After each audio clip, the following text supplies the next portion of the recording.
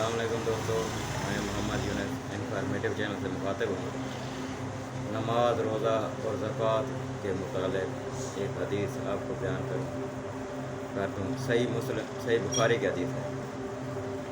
सैयदना तला बिन अब्दुल्ला रज़ियल्लाहु तआला अन्हु से रिवायत है कि नजद का रहने वाला एक परगंदा हाल शख्स नबी सल्लल्लाहु अलैहि वसल्लम के पास आया और आप सल्लल्लाहु अलैहि वसल्लम से इस्लाम की बाबत पूछा तो रसूल सल्लल्लाहु अलैहि वसल्लम ने फरमाया कि दिन रात में 5 नमाजें हैं। वो शख्स बोला कि इनके अलावा भी कोई नमाज मेरे ऊपर फ़र्ज़ है?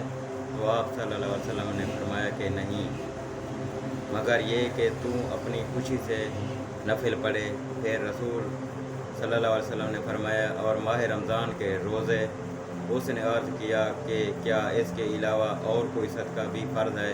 तो आप सल्लल्लाहु अलैहि वसल्लम ने फरमाया कि नहीं, मगर ये कि तू अपनी खुशी से दे। फिर वो शख्स ये कहता हुआ पलटा कि अल्लाह की कसम, मैं मज़कूरा फ़राइज़ में ना इजाफ़ा करूँगा और ना इसमें कमी करूँगा। तो रसूलुल्लाह सल्लल्लाहु अलैहि वसल्लम ने फरमाया कि अगर ये सच कह रहा है तो कामयाब हो गया। सही बुखारी की हदीस है। वस्सलाम।